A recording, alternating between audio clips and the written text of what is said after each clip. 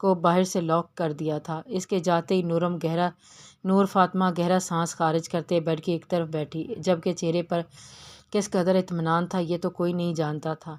ٹھیک ہے، مجھے فوراً اس نمبر کے متعلق مکمل ڈیٹیلز چاہیے اور یہ کام سب سے پہلے ہونا چاہیے۔ میر ہادی فون بند کرتا جیسے ہی اندر آیا تھا، نظر سامنے زمین پر گرے وجود پر پڑی تھی۔ میر ہادی کو اپنا سانس رکتا محسوس ہوا، فوراً اس کی طرف بھاگا۔ آنیہ اس کا چہرہ سیدھا کیا، تھپ تھپایا، وہ بے ہوش تھی۔ ہادی کا جی چاہا ساری دنیا کو آگ لگا، فوراً سے اسے باہوں میں بھرا اور باہر کی جانب بھاگا۔ بیٹا کیا ہوا؟ آپ کب آئے؟ اور آنیہ کو کیا ہوا؟ کشش نے میر ہادی کو آنیہ کو اٹھائے ہوئے باہر لے جاتے دیکھا تو فوراً اس تک پہنچی۔ ڈونٹ نو ماما، ہاسپٹل لے کے جا رہا ہوں۔ میر ہادی جلدی سے آنیہ کو گاڑی میں ڈالتا دوسری طرف سے ڈرائیونگ سیٹ پہ آ بیٹھا تھا۔ میں بھی ساتھ چلتی ہوں، کشش بھی ساتھ ہو لی۔ ہاسپٹل پہنچتے ہی آنیہ کو ICU میں لے جایا گیا تھا۔ وہ دونوں ماں بیٹا باہر ہی تھی۔ میر ہادی کچھ تو بتائیں، ہوا کیا آنیہ کو؟ کشش پریشان ہوئی۔ آئی ڈونٹ نو ماما، شاید چکر آیا اور گر گئی۔ میر ہادی نے بات گڑھی اور آگے ہوتا ICU کے دروازے کے باہر سے ہی آنیہ کو دیکھنے لگا۔ چکر مطلب؟ کشش اپنے ہی تانے بانے بننے لگی تھی کہ اتنے میں یامین سکندر آتا دکھائی دیا۔ کیا ہوا؟ کیسی ہے آنیہ؟ یامین کی آواز پر میر ہادی پلٹا۔ بابا آپ یہاں؟ میر ہادی حیران ہوا۔ ہاں میں نے بتایا انہیں، کشش نے مسکراتے ہوئے میر ہادی کو جواب دیا۔ اور یامین سکندر کو لیے ایک کونے کی جانب بڑھی، جبکہ میر سکندر سر پکڑ کے رہ گیا تھا۔ آپ کو پتہ ہے ہماری بہو کو چکر آیا اور وہ بے ہوش ہو گئی، کشش نے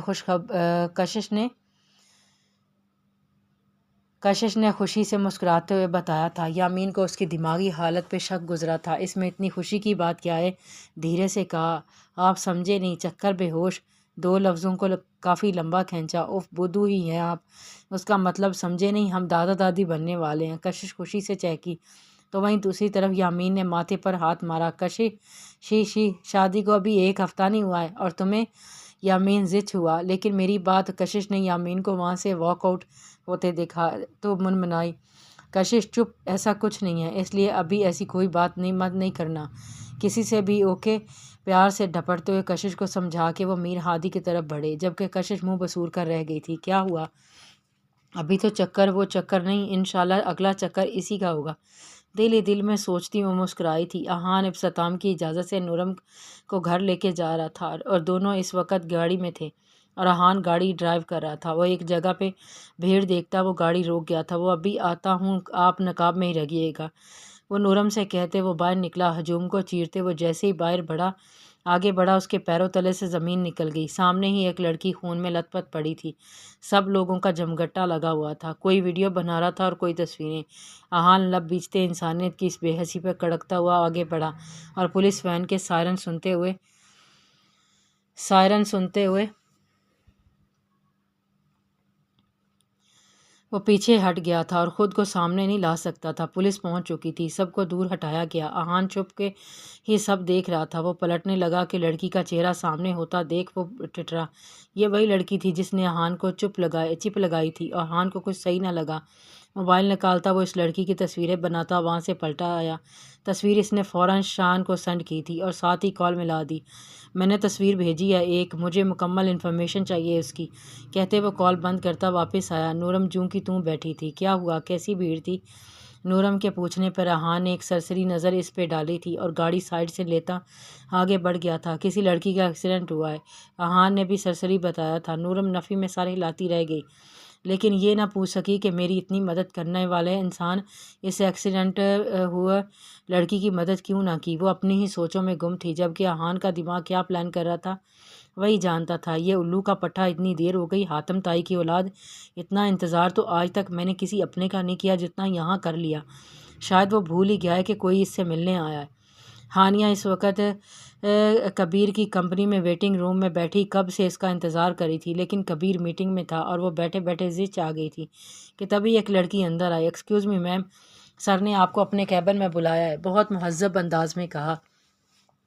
چلو، ہانیہ نے لٹھ مارنے والے انداز میں کہا۔ کبیر کے آفس میں آتے ہی ہانیہ کو لگا وہ کسی اور دنیا میں آ گئی ہو۔ پورا آفس ایکویریم بنا ہوا تھا، چاروں طرف دیواروں کی جگہ گلاس والز تھیں جن کے باہر کا منظر ایک بار تو ہانیہ کو مسمار کر گیا تھا۔ واؤ، بیوٹیفل! بے اختیار اس کے منہ سے نکلا۔ کبیر نے گردن اٹھا کے اس نازک قدام حسینہ کو دیکھا تو دیکھتا ہی رہ گیا۔ کس قدر حسین تھی وہ لڑکی، تصویر سے بھی زیادہ خوبصورت۔ کبیر تو پہلی نظر میں ہی فلیٹ ہو گیا تھا۔ ہانیہ نے ایکویریم میں تیرتی مچھلیوں کو دیکھا تو ارد گرد کا ہوش کھو بیٹھی تھی۔ اس دوران کبیر بہت فرصت سے اسے دیکھتا، اپنی جگہ سے اٹھتا، اس کے قریب آیا۔ بہت پیاری لگی آپ کو، دھیرے سے اس کے کان میں کہا۔ بہت۔ بنا اس کی جانب دیکھے وہ خیالوں میں ہی تھی۔ بولی، ہم اپنے روم کو ایسے ہی بنائیں گے تاکہ آپ ان کو دیکھ کے کھو جائیں اور ہم آپ کو۔ کبیر کی معنی خیز بات پر وہ چونکی اور پیچھے مڑ کر ماتھے پہ بر ڈالے اس کبیر کو دیکھا جو بہت شوق نظروں سے اسے دیکھ رہا تھا۔ پیچھے ہٹ کے بھی بات ہو سکتی ہے۔ اچانک سے ہانیہ کا لہجہ اور بات کرنے کا انداز بدلا، جسے محسوس کرتا کبیر 2 قدم پیچھے ہٹا۔ جی ہو گیا پیچھے، اور کوئی حکم؟ اور وہ اسے نظروں کی گرفت میں لیے اس کی بات پہ سینے پہ بازو باندھے کھڑا ہوا تھا۔ اگر حکم ہی ماننا ہے تو پھر سن لیں، کل آ رہے ہیں میرے رشتے کے لیے آپ کے ساتھ، تو بہتر ہوگا آپ انہیں منع کر دیں، اسپاٹ انداز میں کہتے ہانیہ نے ناک سے مکھی اڑائی۔ کیا مطلب اس بات کا؟ کبیر کے ماتھے پہ بل پڑے تھے۔ مطلب صاف ہے کبیر صاحب، مجھے آپ سے شادی کرنے میں کوئی انٹرسٹ نہیں ہے، تو آپ برائے مہربانی انکار کر دیں۔ اگر میں انکار نہ کروں تو؟ بہت ٹھہرے ہوئے انداز میں کہا تھا۔ ایک پل کو ہانیہ دانت کچکچا کر رہ گئی تھی۔ تو بہت پچھتائیں گے آپ پھر، ہانیہ نے سخت انداز میں کہا۔ تو میں پچھتانے کے لیے تیار ہوں، کبیر نے اسی کے انداز میں جواب دیا۔ ہانیہ کا منہ بنا۔ اپنے آپ کو سمجھتے کیا ہو تم؟ ہانیہ جارحانہ انداز میں اس کے آگے بڑھی۔ اس کا غصہ، ہمیشہ ہی وہ اپنے غصے سے نقصان اٹھاتی تھی۔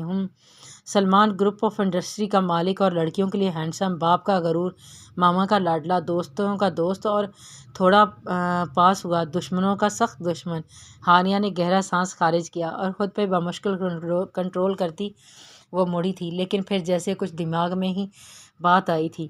بٹے ہوئے انسان کے ساتھ آپ کمپرومائز تو کر سکتے ہیں، لیکن ساری زندگی اس کے دل میں اپنے لیے جگہ نہیں بنا سکتے، کہتے ہوئے باہر نکلتی چلی گئی۔ وہ ہوا میں تیر چھوڑ آئی تھی اور اس نے آگے کیا سوچا تھا وہ اس پہ مطمئن تھی، جبکہ اندر آفس میں کھڑے کبیر کے ماتھے پر بے شمار بل پڑے تھے۔ مطلب وہ کسی اور سے، یہ سوچ آتے ہی کبیر کے دماغ کی رگیں تن گئی تھیں۔ ابتسام نے سب کو ہال میں جمع کیا ہوا تھا اور ایک ساتھ ہی سب کو آہان کے نکاح میں بتایا، تو کچھ پل تو سبھی چپ ہو گئے تھے۔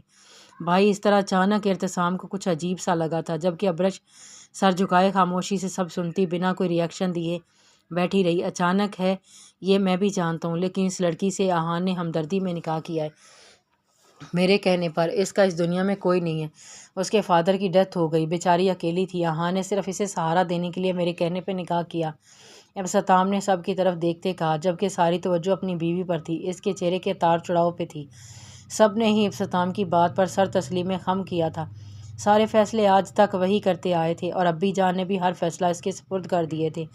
اور ایک بات اور، آہان کو وہ ابھیان کے نام سے جانتی ہے، اور میں چاہتا ہوں کہ آپ سب بھی آہان کو ابھیان کی کہہ کر پکاریں گے۔ ابتسام نے سنجیدگی سے کہا، شاید ان کا کوئی اپنا سیکرٹ ورک ہو، لیکن اس بار یہ گھر والوں کو کیوں اس میں انوالو کر رہے ہیں؟ ابرش کے دماغ میں یہی سوچیں چل رہی تھیں۔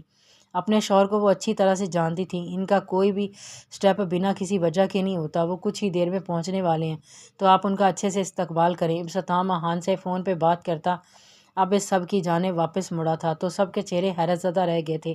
مطلب وہ ابھی آ رہے ہیں؟ اروش نے حیرت سے پوچھا تھا۔ دروازے پہ ہونے والی دستک پہ سب ہی چونکے تھے۔ آپ کی پیشنٹ کو ہوش آ گیا ہے، آپ ان سے مل سکتے ہیں، ڈاکٹر نے باہر آتے کہا، تو کشش نے شکریہ ادا کیا اور اندر کی طرف بڑھ گئی تھی۔ کیا ہوا کیا؟ اچانک یامین وہیں کھڑے ڈاکٹر سے پوچھنے لگا، جبکہ میر ہادی وہیں اس کے پیچھے کھڑا تھا۔ کچھ خاص نہیں میر صاحب، شاید کوئی سٹریس لیا ہو، اب ٹھیک ہیں وہ، ڈاکٹر مسکرا کر کہتی آگے بڑھ گئی تھی۔ سٹریس؟ یامین نے حیرت سے میر ہادی کو دیکھا تھا، جبکہ میر ہادی کا چہرہ سپٹ تھا۔ جاری ہے، جزاک اللہ۔